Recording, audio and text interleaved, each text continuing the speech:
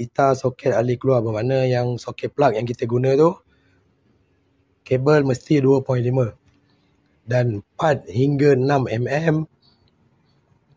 Boleh nampak sini, penghawa dingin, pemanas air, unit pemasak motor ataupun motor pump.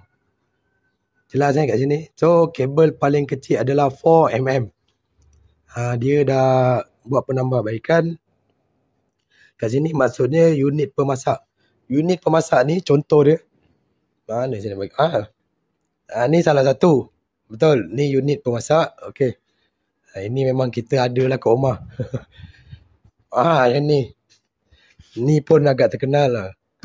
Kebetulan ada ni kat kedai saya.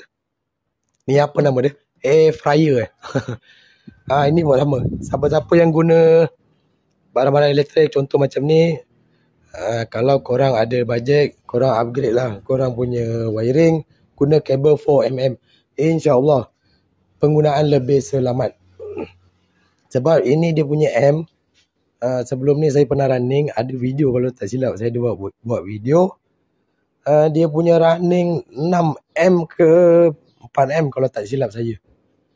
Bila kita guna, tak silap saya 6M ke bawah. 6M ke bawah tu ibarat macam aircon 1 horsepower ke 1.5 horsepower, lebih kurang macam tu lah. Kau janganlah cakap-cakap, koyak lah.